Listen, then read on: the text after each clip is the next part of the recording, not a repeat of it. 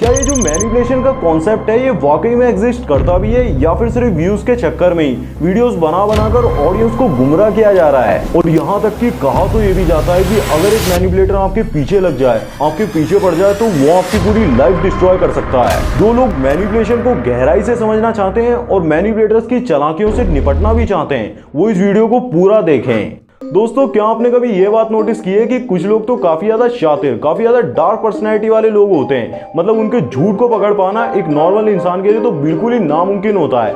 ऐसे लोगों को हम मैनिपुलेटर्स बोलते हैं। और ये बात बताते हुए मुझे बिल्कुल भी परेशानी नहीं हो रही है, बिल्कुल भी झिझक नहीं रहा हूँ कि आज के टाइम पर जितने बड़े बड़े यूट्यूबर्स हैं ना, वो कहीं ना कहीं अपनी वीडियोज में डार्क साइकोलॉजी का यूज कर ही रहे हैं। और ये इतना ज्यादा कॉन्ट्रोवर्शियल टॉपिक है ना, जिसके बारे में बात करने से हर कोई डरता है, इसीलिए वो इसके बारे में बात तक नहीं करना चाह रहे। लेकिन ये बात तो बिल्कुल ही सच है कि आज के टाइम पर सोशल मीडिया हो, पॉलिटिक्स हो, लव रिलेशंस हो, गोदी चैनल्स हो, यूट्यूबर्स हो, या फिर कोई भी ऐसा इंसान जो लोगों से काम निकलवाना चाहता है, वो कहीं ना कहीं अपनी लाइफ में डार्क साइकोलॉजी का यूज कर ही रहे हैं। और अगर आपको अब भी इस बात पर यकीन नहीं हो रहा ना, तो इस वीडियो को लास्ट तक जरूर से देखो, सब कुछ समझ जाओगे।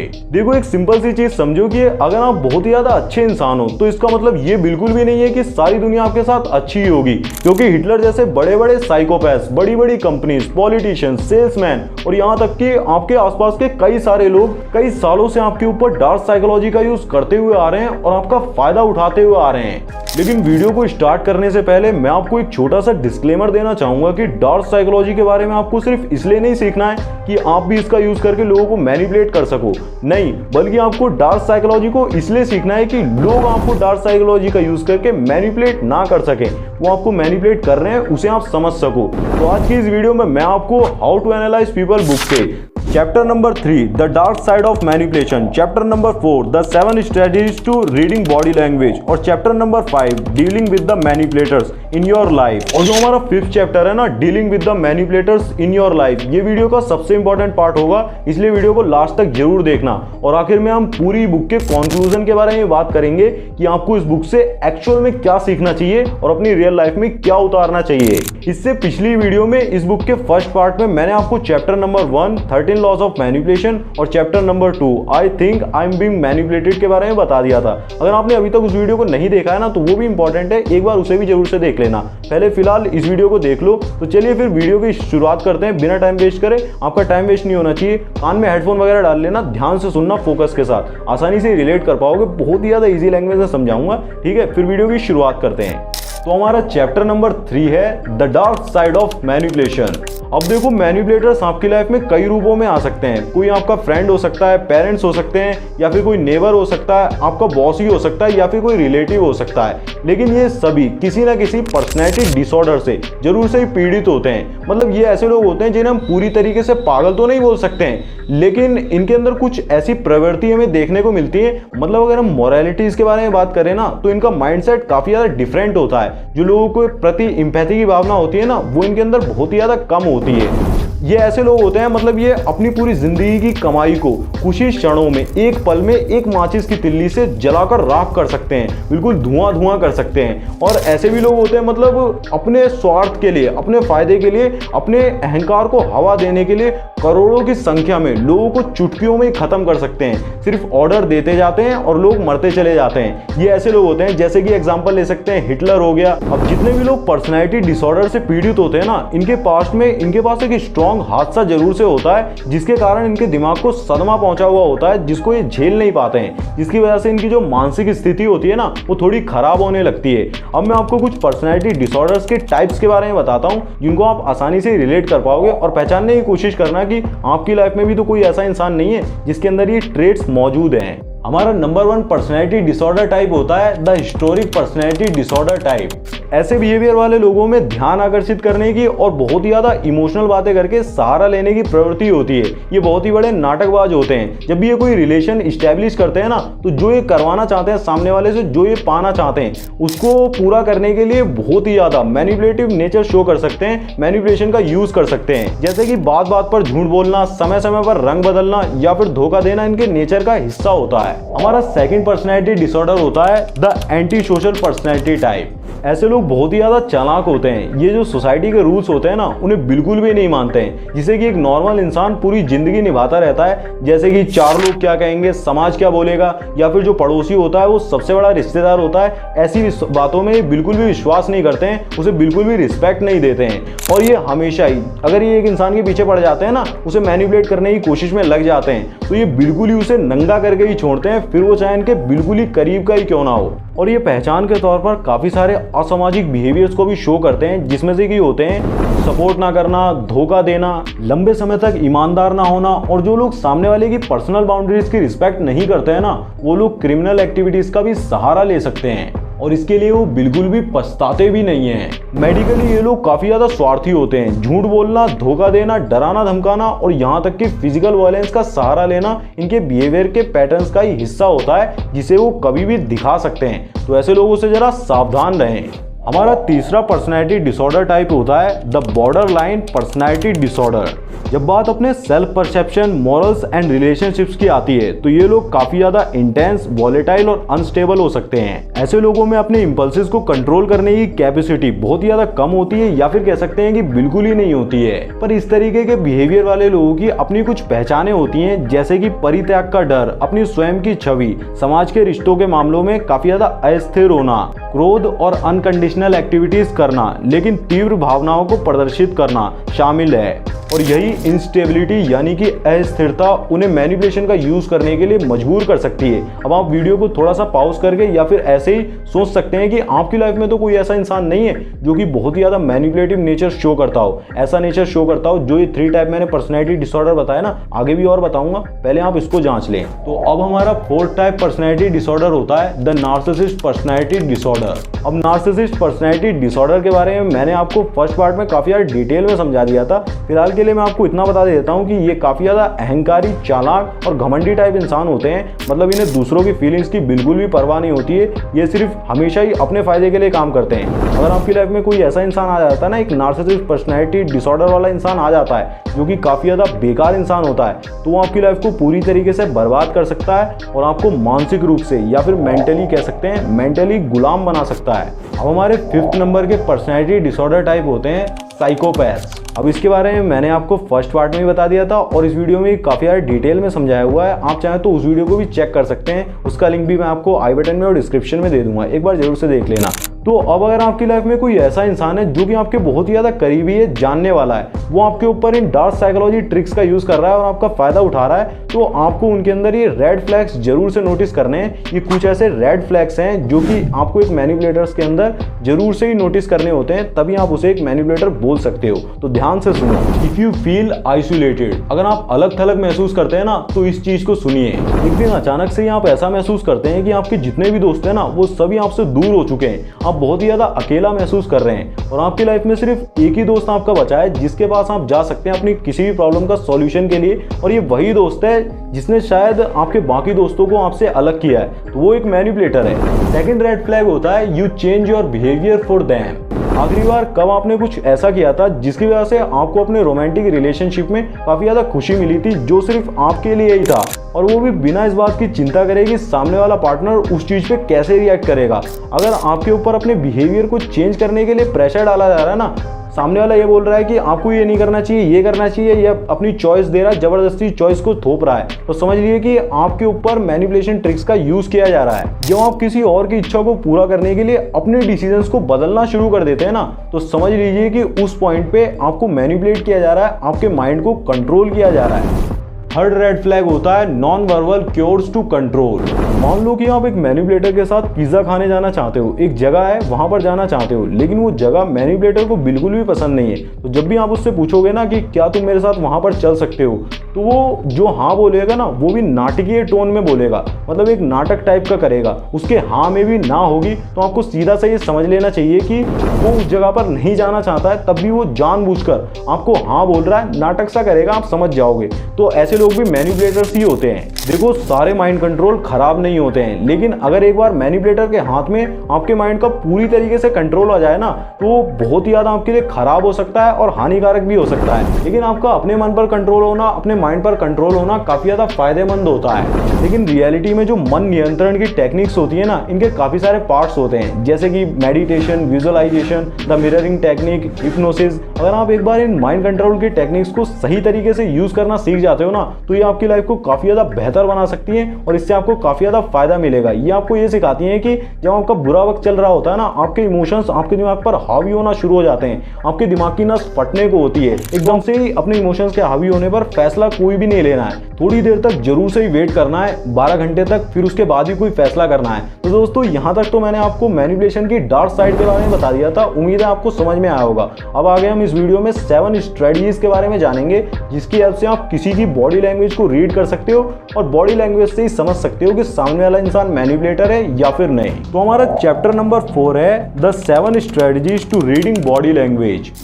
अब देखो, इस बुक में 7 ऐसी स्ट्रेटजीज के बारे में बताया गया है, जिसकी हेल्प से आप सिर्फ किसी की बॉडी लैंग्वेज को देखकर ही ये पता लगा सकते हो कि सामने वाले इंसान के मन में एक्चुअल में चल क्या रहा है, वो आपके बारे में कैसा फील कर रहा है, कैसा महसूस कर रहा है। देखो, बॉडी लैंग्वेज पूरी तरीके से हमारे माइंड से कनेक्टेड होती है। जैसा भी हम जिस टाइम पर सोच रहे होते हैं ना, वैसे ही हमारी बॉडी रिएक्ट करती है। और कहा भी यह जाता है कि कम्युनिकेशन स्किल्स के अंदर 80% नहीं, 20% तो हमारे वर्ड्स इंपॉर्टेंट होते हैं और 80% तक हमारी बॉडी लैंग्वेज इंपॉर्टेंस रखती है, जिसकी वजह से सामने वाले को ये समझने में हेल्प मिलती है कि हम एक्चुअल में कहना क्या चाह रहे हैं। तो चलिए फटाफट से जानते हैं इन 7 स्ट्रेटजीज के बारे में, जिससे आप बॉडी लैंग्वेज को रीड कर सकते हो। सबसे पहली स्ट्रेटजी होती है स्टडी हिज प्रेजेंस। जब भी आप किसी से मिलते हो ना, सबसे पहले उसके कुछ स्पेसिफिक जेस्चर्स को नोटिस करो। कुछ ऐसे जेस्चर्स जो बार बार वो शो कर रहे हैं, वो बहुत ही ज़्यादा मेकअप करके आए हुए हैं, क्या उनके पास एक यही तरीका है जिससे वो लोगों को अपनी ओर अट्रैक्ट कर सकते हैं, वो बहुत ही ज़्यादा अट्रैक्टिव लग रहे हैं, कंफर्टेबल लग रहे हैं, या फिर वो कहीं झिझक तो नहीं रहे हैं। ये सब चीज़ों को देखकर आप उनके बारे में काफ़ी कुछ जान सकते हो और इसके लिए आपको मुंह खोलने की बिल्कुल भी ज़रूरत नहीं है। वो भी ना मुंह खोलें तब भी आपको पता लग सकता है। अब जब मैं पहली बार अपनी फ्रेंड्स के साथ घूमने गया था ना, डेट पर गया था, तो मैंने ये नोटिस करा कि मेरे लेट होने की वजह से वो काफ़ी ज़्यादा गुस्से में थी। तो उस समय तो मैंने उससे कुछ भी नहीं बोला, उसके चेहरे से, उसके हाव भाव से साफ ही पता लग रहा था कि वो काफ़ी ज़्यादा गुस्से में है। तो मैंने उसे कुछ भी नहीं बोला। वो पूरे टाइम अपने फ़ोन ही चलाए जा रही थी, मतलब रील्स स्क्रॉल किए जा रही थी कि गुस्सा इतना ज़्यादा दिमाग पे हावी हो रहा था ना कि वो किसी भी समय मुझसे कुछ भी बोल सकती थी। तो वहाँ पर तो मैंने सेफ्टी के साथ ना कुछ बोलना ही प्रेफर करा। तो आप भी ऐसा कर सकते हो, जब भी आप जाओ ना, ये नोटिस कर लो पहले उसके इमोशंस को देख के उसके चेहरे पर कि वाकई में वो मतलब शांत मूड में भी है, कहीं गुस्से में तो नहीं है। पता चले आप कुछ ऐसा बोल बैठो जिससे आपके रिश्ते में दरार आ जाए। ध्यान देना थोड़ा। हमारी सेकंड स्ट्रेटजी होती है चेक आउट देयर पोज।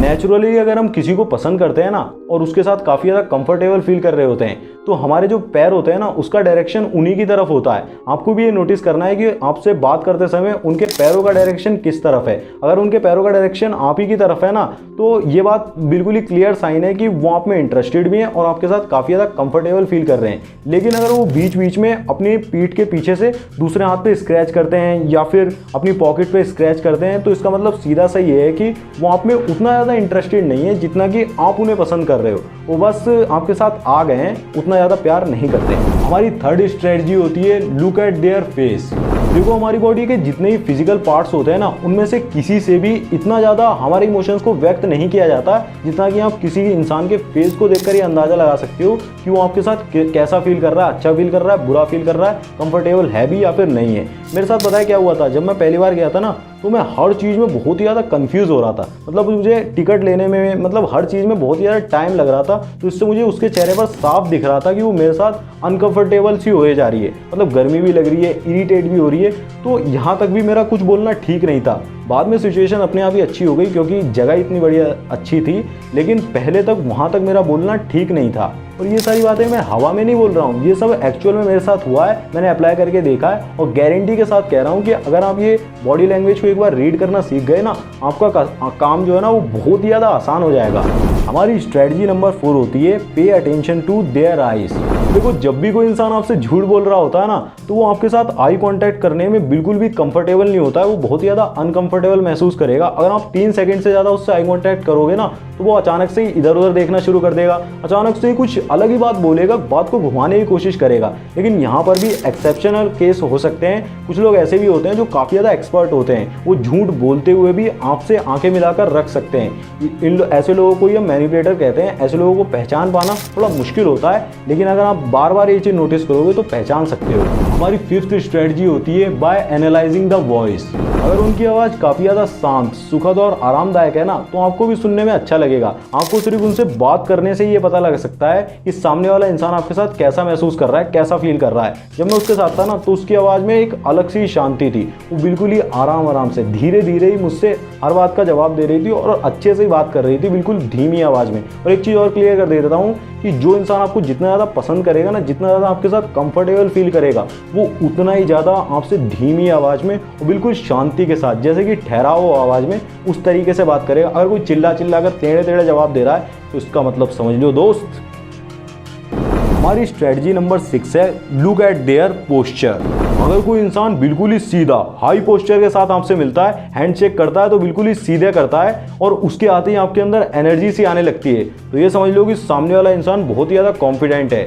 लेकिन ऐसा बिल्कुल भी नहीं कह रहा हूँ कि वो इंसान बहुत ही ज़्यादा एरोगेंट है, घमंडी है, ऐसा नहीं होता है। अगर कोई इंसान आपको झिझक के साथ मिलता है तो समझ लीजिए कि वो जरूर से आपसे कुछ छिपा रहा है। अगर वो आई कांटेक्ट तोड़ने की कोशिश करता है तो भी ये साइन हो सकता है कि वो आपसे कुछ झूठ बोल रहा है, आपसे कुछ छिपा रहा है। अब ये जो 7 स्ट्रेटजीज मैंने आपको बता दी है ना बॉडी लैंग्वेज को रीड करने की, अगर आप एक बार किसी की बॉडी लैंग्वेज में ये सारे साइंस को नोटिस करना सीख जाते हो ना तो आपके लिए ये पता लगा पाना बहुत ही ज़्यादा आसान हो जाएगा कि सामने वाले के दिमाग में आखिर चल क्या रहा है आपके प्रति, और वो आपके प्रति कैसा फील करता है, वो आपके साथ कैसा महसूस कर रहा है। ये जानना आपके लिए बहुत ही ज़्यादा ईजी हो जाएगा। हवा में मत लेना एक भी बात को।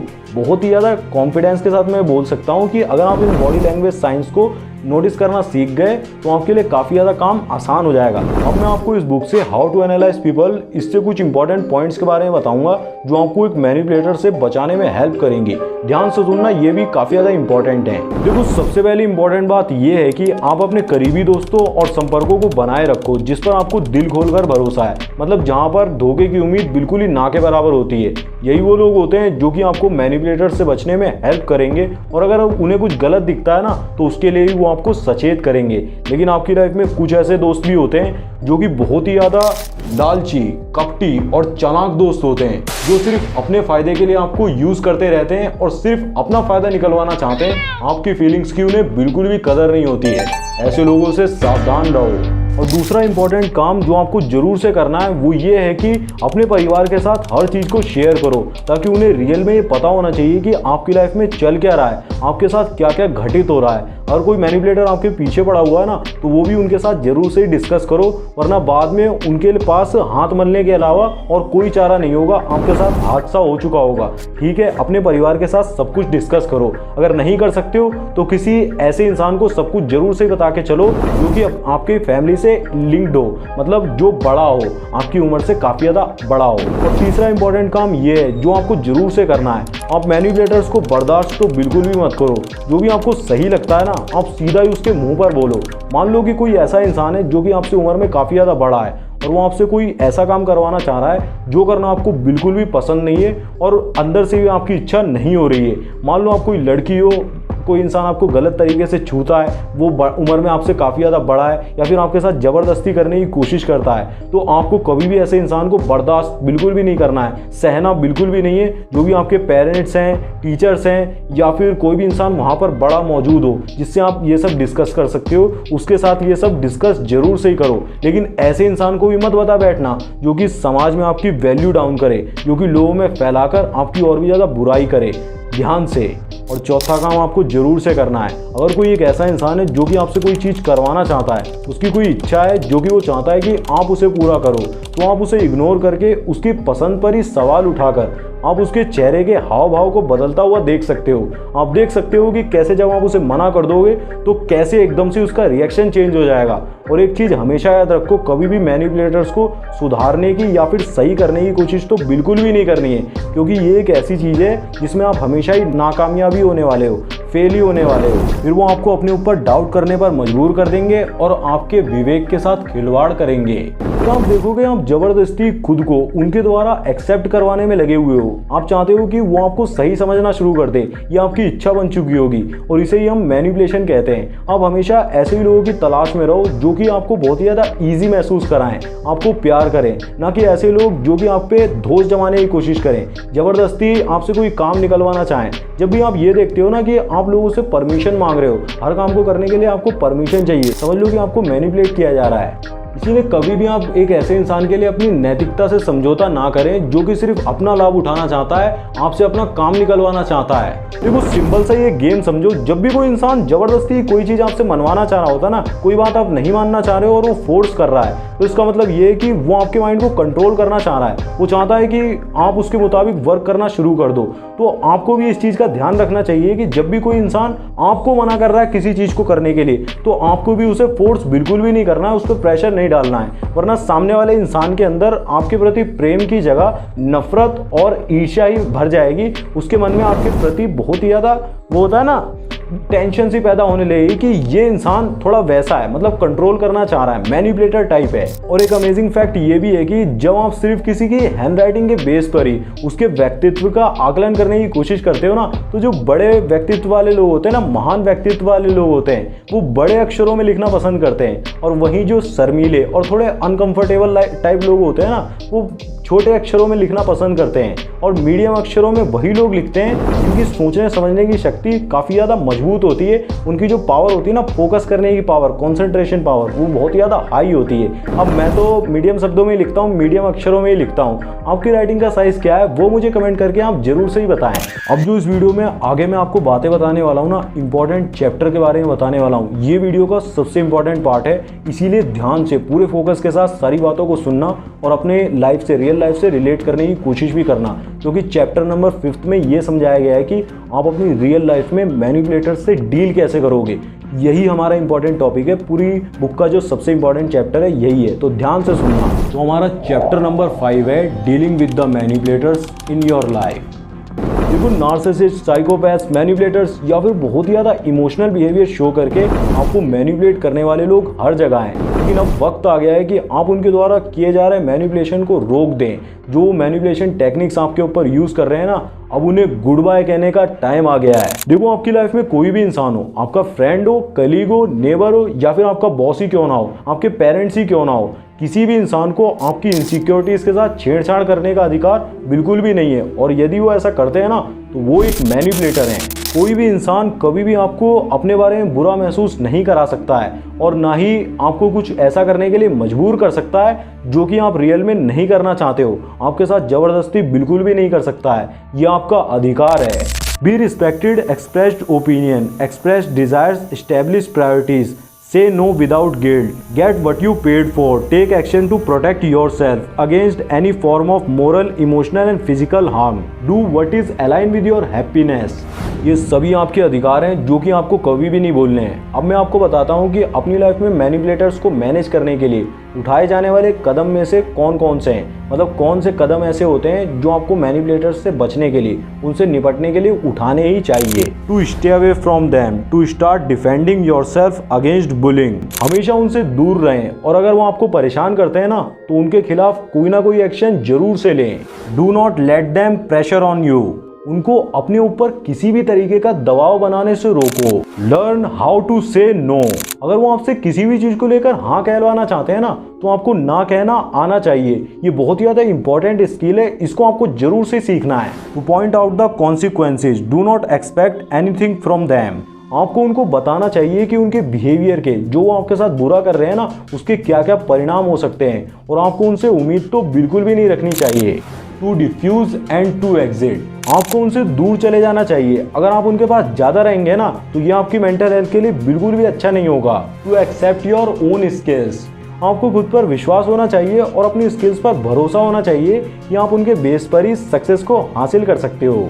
टू डिटरमाइन योर बाउंड्रीज, आपको अपनी बाउंड्रीज का खास करके पता होना चाहिए। किसी और के कहने से आपको आउट ऑफ द बाउंड्रीज जाने की कोई भी ज़रूरत नहीं है। अगर कोई इंसान ज़बरदस्ती आपसे कुछ ऐसा करवाना चाह रहा है जो कि आपकी बाउंड्रीज के विरुद्ध है, मतलब आपकी फ़ोटोज़ मांग रहा है, समझ सकते हो, तो ऐसा आपको बिल्कुल भी नहीं करना है, बल्कि उसके खिलाफ कोई एक्शन लेना है, उसकी कंप्लेन करनी है। तो दोस्तों इस बुक का कंक्लूजन यही है कि आपको मैनिपुलेटर्स को पहचानना आना चाहिए और उनसे निपटने के तरीकों के बारे में भी पता होना चाहिए। आपको दूसरों की बॉडी लैंग्वेज को रीड करना आना चाहिए। आप उससे आसानी से ही मैनिपुलेटर्स को पहचान सकते हो।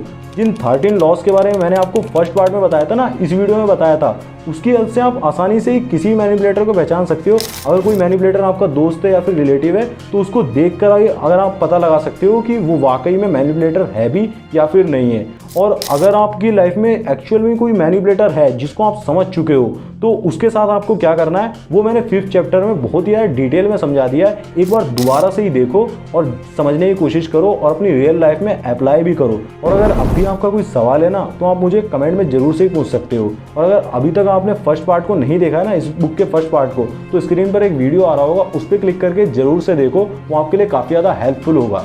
तो मैं मिलूंगा आपसे उसी वीडियो में, तब तक के लिए बाय। जय हिंद, जय भारत।